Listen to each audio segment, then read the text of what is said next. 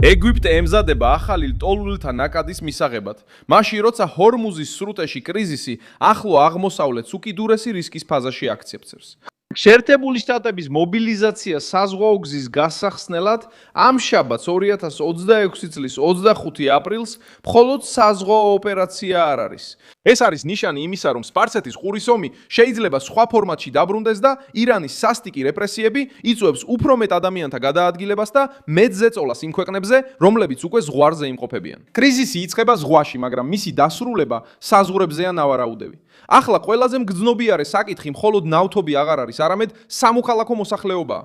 ომის უფრო ფართო მასშტაბით დაბრუნების მოლოდინში ირანიდან გასulis ახალი ტალღა ემუქრება დაწყებას. ამ ყველაფერს მალე გეტყვი, მაგრამ ეხლა გირჩევ გამოიწერო არხი, რომ ინფორმირებული დარჩე. რეალურ დროში ინფორმაცია საუკეთესო ჟურნალისტური ხარისხით, რაც კი ოდესმე გინახავს. სანდოობის სტანდარტით, მილსონ ალვეს ნიუსი. რაც ხდება შემდეგია. ეგვიპტე და ირანის გარშემო მდებარე ქვეყნები უკვე ირანში არსებულ კრიზისს განიხილავენ, როგორც ფორმირების პროცესში მყოფ მიგრაციულ ბომბს. ეგვიპტე მიუხედავად იმისა, რომ ირანს საზღვარი არ ესაზღვრება, უკვე მასპინძლობს დაახლოებით 1,99,000 ლტოლვილსა და თავშესაფრის მაძიებელს, რომლებიც გაეროს ლტოლვილთა სააგენტოს მიერ არიან რეგისტრირებულნი. ოფიციალური მონაცემების გარდა, დაახლოებით 1,5 მილიონი სუდანელი, რომლებიც სუდანში ომის დაწყების შემდეგ ეგვიპტეში გაიქცნენ. ამავე დროს, თურქეთი, რომელსაც ირანთან პირდაპირი საზღვარი აქვს, უკვე იქცა ირანელებისთვის გაქცევის მარშრუტად, რომლებიც ცდილობენ არასტაბილურობას გაექცნენ. Associated Press-მა დააფიქსირა, რომ ბევრი ირანელი ცდილობს გადაადგილებას, ვიზების შენარჩუნებას ან დროებითი უსაფრთხოების პოვნას. ერაყი, პაკისტანი და სხვა მეზობელი რეგიონებიც განგაშზე არიან, რადგან უკვე უწევთ დევნილებთან, ტოლვილებთან და გადატვირთულ საჯარო სერვისებთან გამკლავება. ალ-ჯაზირამ 2026 წლის მარტში გაავრცელა ინფორმაცია, რომ ირანის მეზობელი ქვეყნები ჩუმად ემზადებიან შესაძლო მასობრივი გადინებისთვის. მაშინ როცა გაეროს ჰუმანიტარული ანგარიშები აფრთხილებენ შიდა გადაადგილების მზარდ რისკზე, საზღვრების გავლით ახალ გასულებზე და გადაადგილებაზე სხვა ქვეყნებში, პრობლემა მარტივია და სერიოზული. თუ ომი სპარსეთის ყურეში კვლავ ძალით დაბრუნდება, გზას არ იცვლიან მხოლოდ გემები, არამედ მთელი ოჯახები ტოვებენ სახლებს უსაფრთხოების საძიებლად. და როცა ეს მოძრაობა იწყება, ის ზეწოლას ახდენს საცხოვრებელზე, საავადმყოფოებზე, სკოლებზე, სამუშაო ადგილებზე, საზოგადოებრივ უსაფრთხოებაზე და საკვებზე იმ ქვეყნებში, რომლებიც უკვე გადატვირთულია. 1979 წლის ისლამური რევოლუციის შემდეგ ათასობით ირანელი დატოვა ქვეყანა პოლიტიკური შიშის, დევნის, ეკონომიკური კრიზისისა და სოციალური რღვევის გამო. შემდეგ დაიწყო ომი და 1980-დან 1988 წლამდე ირანსა და ერაყს შორის კონფლიქტმა კიდევ უფრო გააძლიერა იძულებითი გადაადგილება და ხელი შეუწყო დიასპორის გავრცელებას ევროპაში, ჩრდილოეთ ამერიკასა და სხვა რეგიონებში. ირანული მიგრაციის კვლევები მიუთითებს, რომ ირანი ისლამური რევოლუციის შემდეგ ევროპაში თავშესაფრის მაძიებელთა ერთ-ერთ მნიშვნელოვან წყაროდ იქცა. ეს წარსული დღევანდელობაზე ახდენს გავლენას. ირანსა და ერაყს შორის ძველი ომი მხოლოდ დაღუპული ჯარისკაცებითა და დაზიანებული ქალაქებით არ შემოიფარგლა. ომმა ოჯახები მოწყვლადი ტერიტორიებიდან გააძევა, ოპოზიციის გაქცევა გააძლიერა და ირანულ საზოგადოებაში ღრმა კვალი დატოვა. ირანული მეხსიერებისა და გადასახლების შესახებ ჩატარებული კვლევა მიუთითებს, რომ თავშესაფრის მოთხოვნების პიკი, რომელიც ამ ტალღას უკავშირდება, 1988 წელს დაფიქსირდა. 47,000-ზე მეტი მომთხოვნი იყო. ეს ისტორიისთვის უმნიშვნელო დეტალი არ არის, ეს გაფრთხილებაა. როდესაც სამხედრო ზეწოლა შიდა რეპრესიებსა და ეკონომიკურ კრიზისს უერთდება, გაქცევა გადარჩენის არჩევანი ხდება. ეხლა შიში ისაა, რომ ეს სცენარი ახალ მასშტაბზე განმეორდება.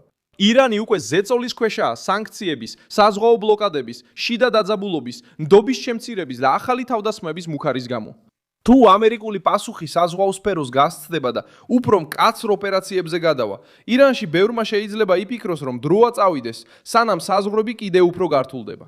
ბევრი ირანელისთვის ბუნებრივი მარშრუტი იქნებოდა ჯერ თურქეთი, ერაყი, კავკასია, სპარსეთის ყურე ან ჯერ კიდევ ღია საჰაერო გზები. მაგრამ რეგიონული კრიზისის დროს გადაადგილება პირველ დანიშნულების ადგილას არ ჩერდება. ის ვრცელდება ოჯახურ ქსელებზე, კონტრაბანდის მარშრუტებზე, თავშესაფრის მოთხოვნებზე და ჰუმანიტარულ კორიდორებზე. ამ ეტაპზე ეგვიპტე ჩნდება როგორც მაღალ მზადყოფნაში მყოფი ქვეყანა. კაირო პირდაპირ ირანის საზღვარზე არ მდებარეობს, მაგრამ ის კრიზისების ცენტრშია, რომლებიც გროვდება. ეგვიპტეს აქვს სუეცის არხი, აქვს კავშირი ღაზასთან, განიცდის ზეწოლას სუდანიდან, ურთიერთობს ყურის ქვეყნებთან და წარმოადგენს სხვა სხემებისთვის როგორც გამტარ, ასევე საცხოვრებელ პუნქტს. თუ სპარსეთის ყურეში ახალი ომი დაიწყება, ეგვიპტე მხოლოდ დიპლომატიურ ზეწოლას არ მიიღებს, არამედ ადამიანურ, ეკონომიკურ და უსაფრთხოების გავლენასაც იგრძნობს. ირანელების შესაძლო გამოსვლაც ამ ანგარიში ახალი ზეწოლის ფაქტორად ითვლება. რეგიონულ ომში იძულებით გადაადგილებულთა ნაწილი შეიძლება ალტერნატიულ მარშრუტებს ეძებდეს, განსაკუთრებით მაშინ, როცა სხვა გზები ძვირი, დახურული ან საშიში ხდება. ეგვიპტე თავისი მდებარეობისა და დიპლომატიური ქსელის გამო, როგორც წესი ნებისმიერი ადამიანთა დიდი გადაადგილების დროს, ახლო აღმოსავლეთში ზეწოლის ქვეშ ექცევა.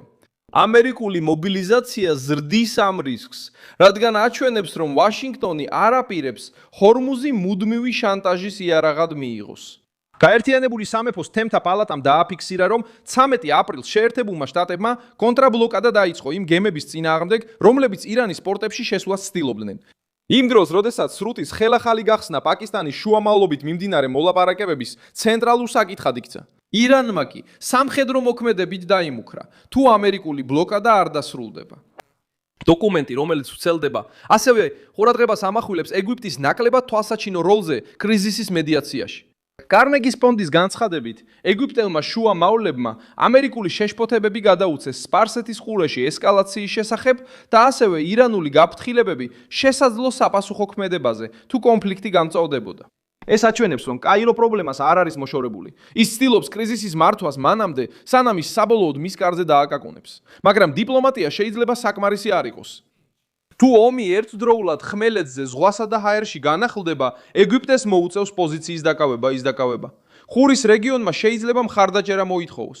შეერთებულმა შტატებმა შეიძლება თანამშრომლობა მოითხოვოს. ისრაელი თითოეულ ნაბიჯს დააკვირდება.